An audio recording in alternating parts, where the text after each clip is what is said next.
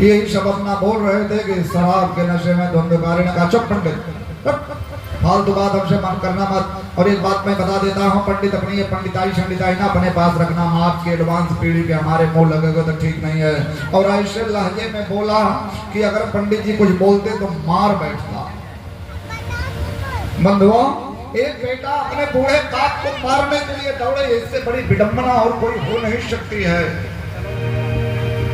वो सम्मानित बूढ़ा ब्राह्मण हताश हो गया और मार ही दिया, समझो हाथ उठा करके दौड़ा, समझो मार ही दिया। इतनी सम्मानित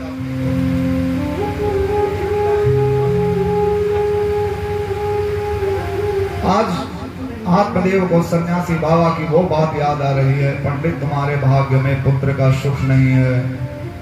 फूट फूट करके वह ब्राह्मण रात्रि के अंधेरे में रो रहा है, हे भगवान मैं क्या करूं, कहां जाऊं।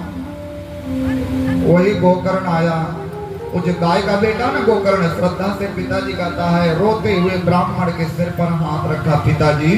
श्रद्धा से पिताजी कहता है, पिताजी आप रो रहे हो?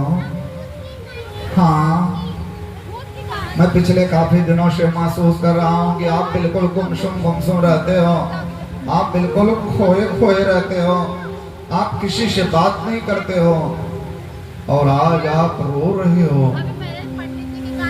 बताइए पिताजी। तब गोकर्ण के गले लग करके आत्मदेव ब्राह्मण रोने लगे, हे मेरे पुत्र मेरा मार्गदर्शन करो। सारी जिंदगी एक ही तमन्ना थी कि हे भगवान एक बेटा दे दो, हे भगवान एक बेटा दे दो, हे भगवान एक बेटा दे दो। और जिस बेटे की खुशियों के लिए सारी जिंदगी में भटकता रहा, कितने सपने थे, कितने अरमान थे, आज वही बेटा मुझे मारने दौड़ रहा है। वो पुत्र मुझे मारने दौड़ रहा है। अब इस घर में, जिस घर में मेरे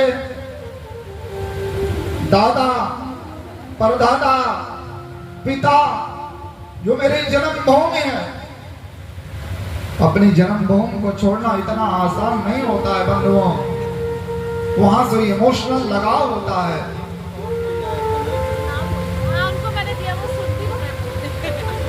मैं सब कुछ छोड़ देना चाहता हूँ गोपुत्र, सब कुछ छोड़ देना चाहता हूँ। ये घर, ये द्वार, ये समाज, ये दुनिया, ये लोग व्यवहार, सबको छोड़ करके दूर कहीं